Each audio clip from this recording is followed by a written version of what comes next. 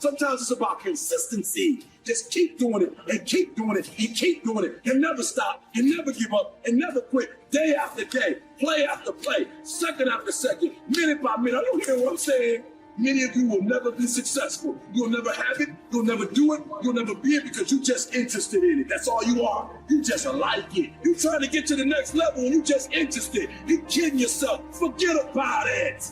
If you want to get to the next level, if you want to eat it, if you want to dream it, if you want to live it, if you want to swim in it, if you want to wear it, if you want to be it, if you want to accomplish it, if you want to do it, stop talking about it and give me full commitment, 120%. Don't save that last bullet for yourself. You lock and load that last bullet and you shoot it at your enemy. And you keep fighting and you keep fighting no matter what. And if you feel like your life is in a place where you can't get any lower, good. Because that means the ultimate challenge is ahead of you. It means you can only go up. See, but will cause you to procrastinate, but will cause you to hide out behind fear, but will cause you to come up with all type of excuses that you can validate your inaction. And right now, more than ever, people need to look for ways to live their dream. People need to look for ways to make it on their own. There is no such thing as job security. There's no such thing as a storm-proof or tragic-proof life. Discipline is defined as self-imposed standards for the sake of a higher goal. All leaders have to have the quality of self-discipline. You are not a leader if you are not self-disciplined. A leader doesn't need much discipline from the outside. They self-impose discipline on themselves. And that is what we call self-discipline. Next question. What do you want in the next 10 years? I want you to make a list of at least 50 items. Now, this is not what you think you can get. This is what you want. If everything fell into place and you could have anything you wanted in the next 10 years, what would that list be? Not something you think you can earn, not something you think you can buy, not something you think you can, finally be so successful you can get. This is what would really do it for you the next 10 years. I want you to make this list. And here's the deal now. I want you to put each item one under the other. Not side by side, but one under the other. Just let your dreams, run free here. Not what you think you can get, but what you want. If everything fell into place, you could have whatever you wanted the next 10 years, what would that be? Little things, major things, insignificant things, doesn't matter. Just make the list. To help you get started with your list, consider these questions. What do I want to do? What do I want to see? What do I want to be? What do I want to have? Where do I want to go? And what would I like to share? Now, with these thought starter questions in mind, answer the basic question. What do I want within the next 1 to 10 years? See how many things you can write down. At this point, don't take the time to describe in detail everything you want. This is the time for you to let your thoughts pour, to write fast and to abbreviate. Make the list as long as you possibly can. Try to write down at least 50 items. 50 things you want within the next 1 to 10 years. These are long-range goals. Spend about 12 to 15 minutes on this. The key is to put everything on your list. Now, the key is to take it out of your head and put it on paper.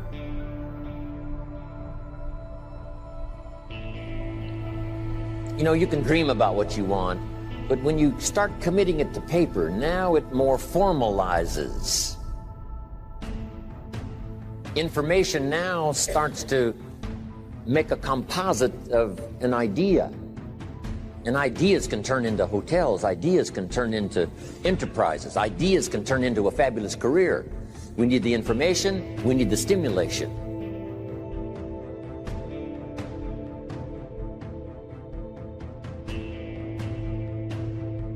There are moments that try the human soul.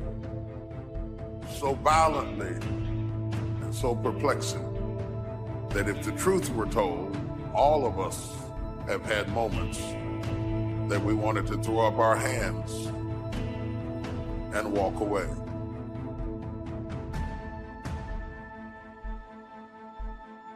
Discouragement can creep in secretly, hide behind clothes, makeup, hairdos. Discouragement is so bold that it will even hide behind a smile. It will always ride to work with you. And if it doesn't catch a ride going to work, it'll catch a ride on the way back home. Discouragement will go into a tent. It will walk right into a Section 8 neighborhood. But don't think that it stops. Discouragement will walk right into a middle-class house. It won't just stop there. It'll go in a mansion and sit on the side of a jacuzzi and tell you life is not worth living. If you listen at discouragement, it will cause you to make bad decisions. It will cause you to think that life is not worth living. And secretly, behind the facade of a smile and a good morning and a praise the Lord and a how are you, you will wonder if you're ever going to get out of what you're into.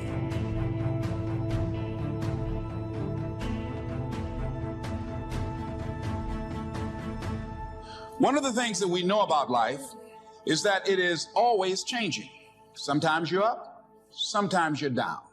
Sometimes you're happy, and sometimes you're sad. Now that's that thing called life.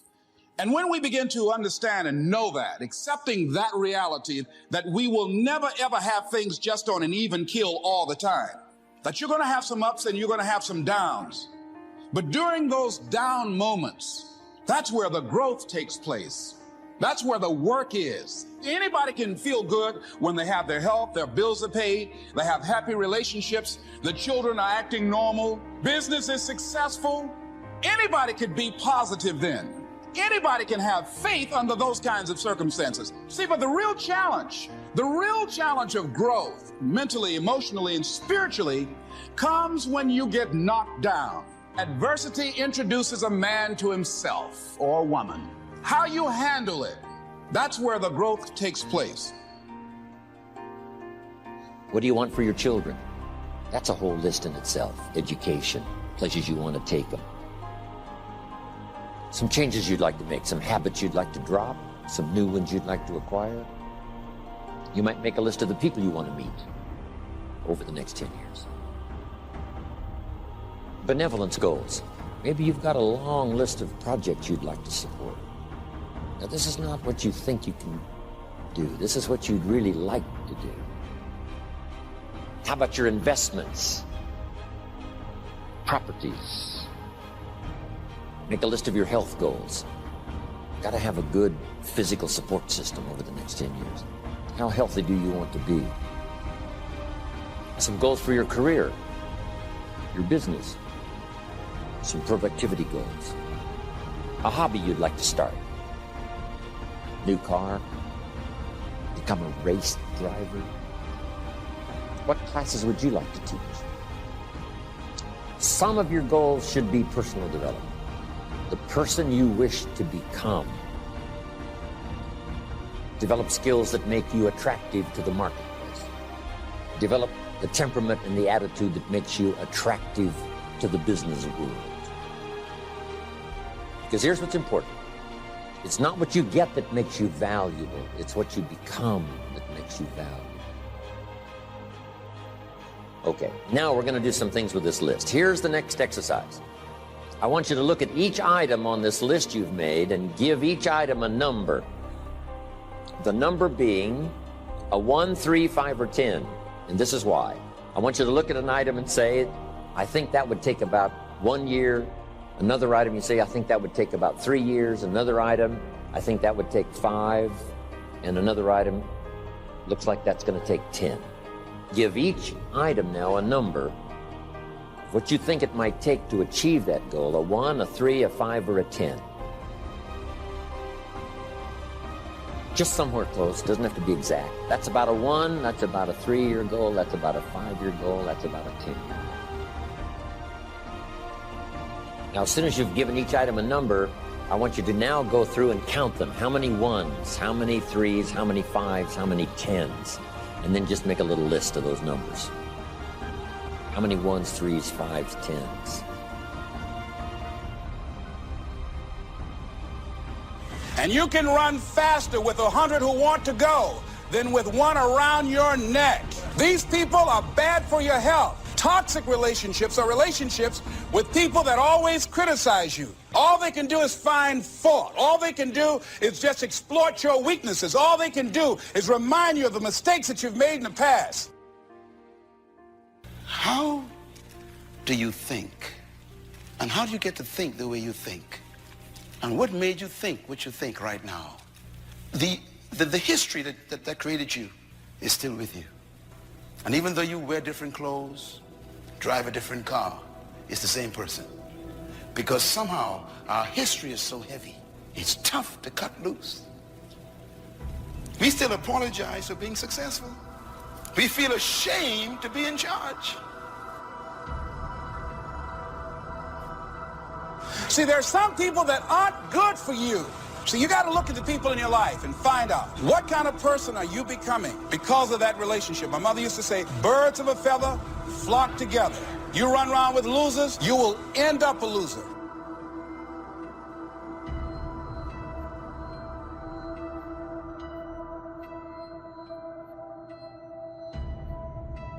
Now listen to me. I don't care if you're sick. I don't care what you're going through. If you're not dead, he ain't through with you yet. As long as you waking up, you still in the game. You can still make it happen. As long as that breath in your nostrils move, you still in the game. You still can win. Now get your butt up. This is time to look at the relationships in your life and ask the question, what kind of person am I becoming because of this relationship? Am I growing mentally and emotionally and spiritually? Am I becoming a better person because of this relationship? Is it an asset to me or a liability? You are everything. Keep trucking and keep doing the things that you need to do. There's greatness in you. Say it as many times as you have to. It can even start as a whisper. There's greatness in you. But keep repeating it because the mindset works best with consistency. Even when it hurts, even when it's hard. Keep moving forward. Keep believing in yourself.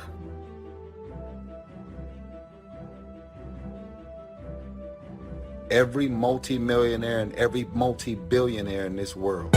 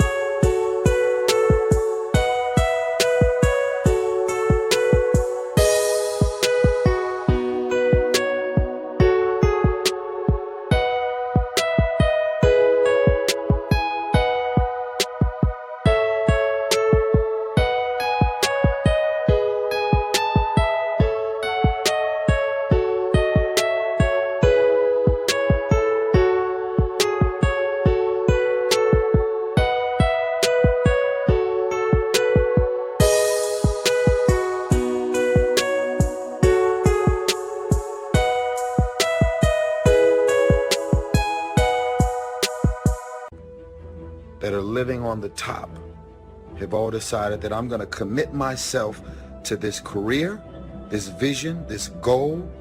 No parties. They're going to call you names. They're going to say you're corny. They're going to call you a square. Those are the characteristics of a champion. Those are the characteristics of someone that have said that I have decided that I'm going to create a shift in this universe.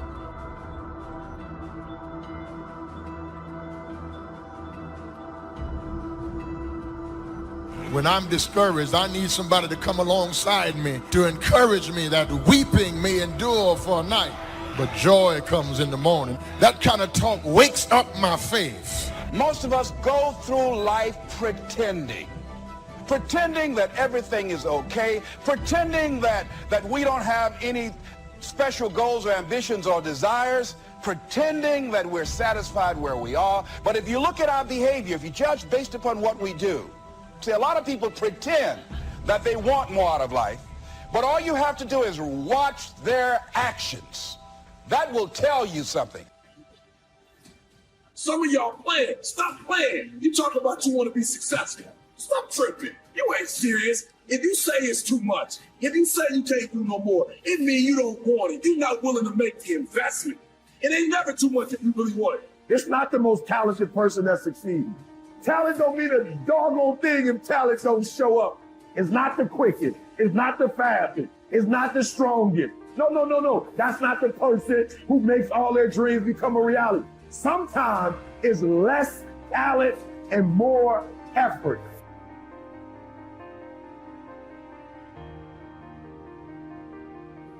So here's what we want to do in our goal setting session, is to start looking into the future of what you would like to accomplish and where you would like to go, the person you would like to be, and see if you can't get a better picture of the finished objective. See yourself there.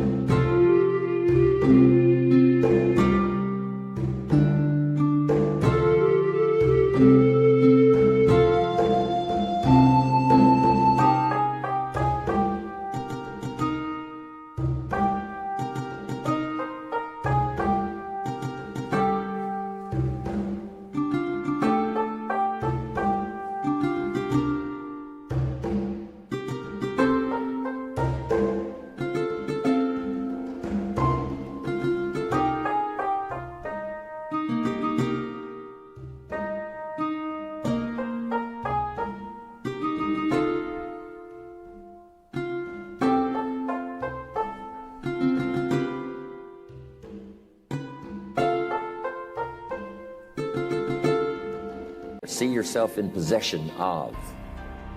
For your dreams to greatly influence you, or the future to pull you, your future must be well planned.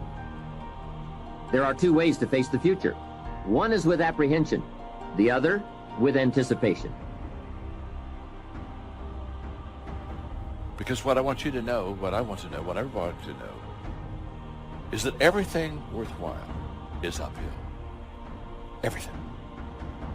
There is nothing in your life, there is nothing in my life that's worthwhile, that's quick and easy. You have to fight for it every day. You have to climb for it every day. Doesn't come to you. It's not in 3 easy packages, and it's not the cure to overnight success. Everything worthwhile is uphill. For anybody out there who's chasing greatness, who's trying to make a change in their life, who knows that there is something better out there for them, I'm talking to you. Because on your journey to whatever you want, right, to that ever-elusive best version of yourself, there's going to be times in your journey where you catch yourself comparing your path to others. And that's the problem. There are those of you, you're still immature. When your excitement is up, your effort is up. But when your excitement goes down, your effort goes down. For some of you, you're too seasonal. When you're excited, man, you coming to work the first week, the first month, the first 3 months when you got that job, you were excited, and so you was putting forth effort. You on blaze, not you got comfortable, and you're not excited no more. And guess what happened? Your effort has gone down. So do me a favor. Get off of that feeling stuff. Get off your excitement. We're not dealing with feelings because feelings go up and down. You don't have to be excited. You made a commitment to that job. Did nobody force you to take that job? You signed your name on the dotted line. And commitment said, I don't care how I feel. I don't care.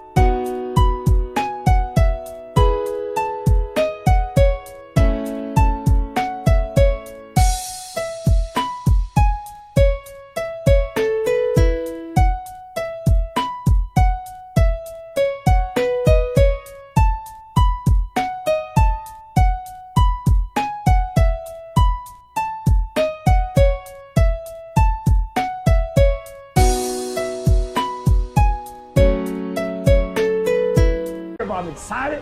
I don't care if I'm pumped up. I don't care if I'm fired up. You made a commitment. Now it's time to put up. When you're finished entering your time frames, there should be a fairly balanced distribution of all your goals. If there are many 1- and 3-year objectives, but only a few in the 10-year category, maybe you need to think more about what you really want your life to add up to. What kind of life you really want to build over the long run. But if there's a preponderance of 10-year goals, and relatively few of the shorter-term variety, this may be an indication that you're putting things off, that you're focused too much on where you'll be at the end of the day and not enough on what you can accomplish right now. Keep working on your list, adding and subtracting goals with various time frames until you've created a more or less even distribution. Now comes the really challenging and interesting part. So far, you've just been adding things to the list, but now it's time to start making some selections. Now you're going to start asking yourself, what's really important compared to what might just be sort of fun? Choose 4 goals from each of the 4 time frames, 1 year, 3 year, 5 year, and 10 year. Now you have 16 separate goals. So far, you've only referred to them in shorthand fashion. But now you're going to start seeing them very, very clearly in your mind's eye. You're going to see each goal just as if it were being realized this very minute. And you're going to write down a detailed description of exactly what you see. Do you intend to open a handmade furniture store in 3 years? What will the store look like from the street out front? Will there be gold leaf lettering on the windows? Or will there be a sign hanging over the door instead? How many square feet will the store contain? Will there be a showroom area for the furniture?